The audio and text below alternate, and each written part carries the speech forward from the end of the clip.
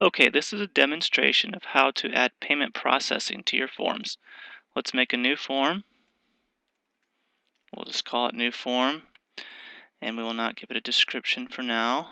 Let's put a name in there and an email address. Okay, now we're going to drag over the price feature. What we're going to do first is we're going to set up a form in which the user gets to determine the amount. This could be for a payment or a donation. We'll put in donation amount for now. You could type anything, and we'll click Save Form. Continue editing. Now we're going to go in and manage the form, and we're going to go into Payments. Here you check Enable Merchant, and you get to choose from various merchant accounts. Stripe is recommended. With PayPal, you simply put in your PayPal email address. If you have PayPal Pro, you put in the client ID and the secret key, which you can get from logging into your PayPal account. So PayPal Standard, very easy. You put in your email address. The only downside with PayPal Standard is when the user clicks Submit on your form, or Pay, or Next, they will go on to PayPal's account to check out. A better option is to use Stripe, which will allow the user to stay on your form, and the user will not know that they're using Stripe. To set up Stripe, you need to paste in the live secret key and the live publishable key. You're probably wondering where to get those, so we'll show you. First, you have to go to stripe.com and create an account. And we've done that already, and we're going to bring onto the screen our dashboard of stripe.com. Okay, here we are at stripe.com. We've logged in, we've made our account. We're in test mode. You will want to switch into live mode, but we're in test mode. And then we'll go up here and click on Account Settings. And then we'll click API Keys. Okay, we've brought onto the screen our API keys. We've crossed them out so that you can't see them, but you see you have your test keys and your live keys. So what you will do is you will just click and highlight. This is an image because it's got the lines, but you will click and highlight and then Control C or right click to copy. You will copy that live secret key and then the live publishable key. You'll copy them and bring them back over to the form tool. And you'll paste them in here. Once you do that, your form will be enabled and connected to Stripe. Okay, now we scroll down and we have a few other options. We can show the total amount on the form. That's a pretty nice feature. And we'll go ahead and show it at the bottom.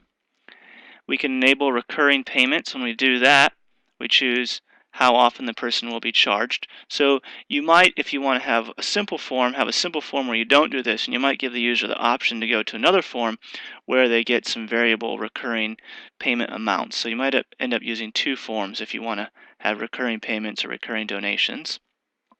Delay notification until paid is a neat feature. If this is checked, if someone fills out your form and they don't pay, you won't get the email. If you'd rather get the email because you're not sure if the reason they didn't pay had something to do with technical difficulty, or you want to make sure that everyone who fills out the form can be reached by you even if they can't pay, then you'd uncheck this. If you uncheck it, when they get to the payment screen, you're going to get the email whether they pay or not. This is a great way to follow up with someone who maybe doesn't complete payment.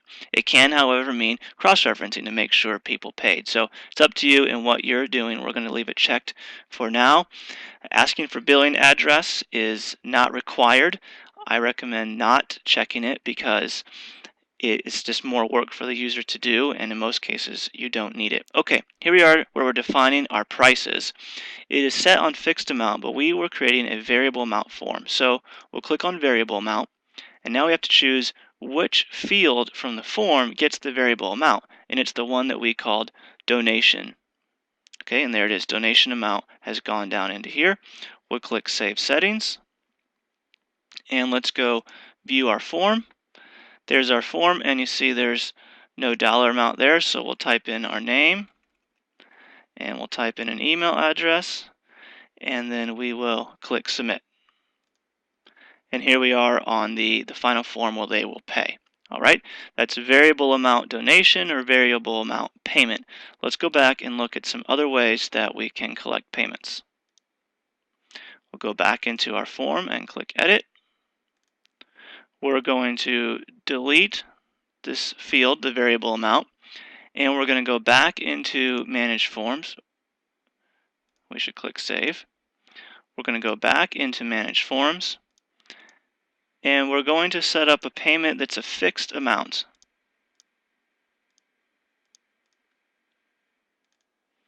We have to enable the merchant account.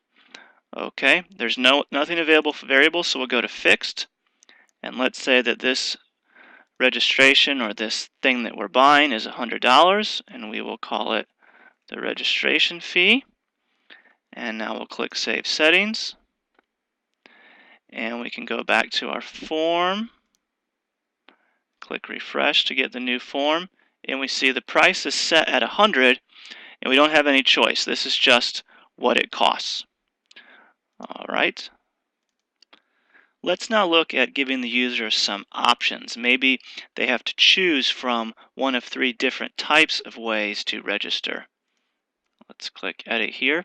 To do that, we're going to have to give them options, and we are then going to drag onto the screen the multiple choice.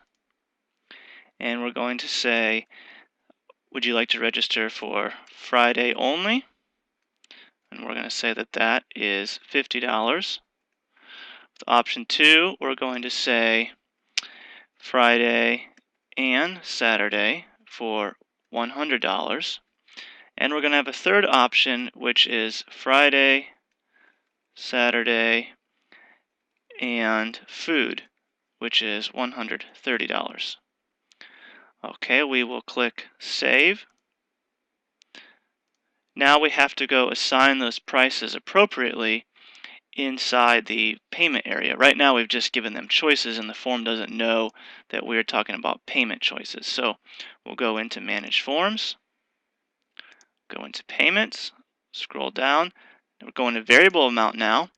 We can choose our multiple choice options, and there's our options. We put in the dollar amount to help the user, but this is where you assign how much the form is actually going to charge. Okay, we put it in, make sure they match. We click Save Settings. Now we'll go back to our form, click Refresh, and here we are. And as we make our choices, we see the total is updating. This is called multiple choice, and the user only gets one option. So let's go back into the form. We probably should have called this Choose Your Package. You can rename it. It doesn't have to say multiple choice. Choose your package. Okay, but it was a multiple choice field, which means they could only make one choice. Let's say we are selling something that they could buy more than one of, or that they could buy multiple. All right, so for that we need to do check boxes. In check boxes, they can select more than one. So let's call this Options, and we're going to say, do we want dinner Friday for $10? Breakfast Saturday for $10. Let's go ahead and make breakfast $8. And our third option will be lunch on Saturday for $12. We will click Save. We're calling these food choices. And we'll click Save Form. And you can probably guess that we have to go back to the payment area. Enable. You won't have to click Enable every time once you connect your merchant account. Fixed amount. Variable amount. Food choices, and again we assign our prices, make sure they match. Save settings, go back to our form and click Refresh, and now we could select more than one, and we'll click Submit, and we go to the payment, and it even shows us what we're ordering and the total. Again, a very fast and quick checkout process. Name, credit card number, credit card info only, because we didn't ask for the billing address. It's not required. It doesn't affect anything on your end, so might as well make it easier for the user. Okay, let's go take a look back at the form editing tool. And just a reminder that you will click View when you want to see your form. And also a reminder that when you're taking payments, you're going to want to use this View field and pull the URL in, because the URL has the HTTPS and it's a secure form on our server, so you don't have to worry about any security or anything like that.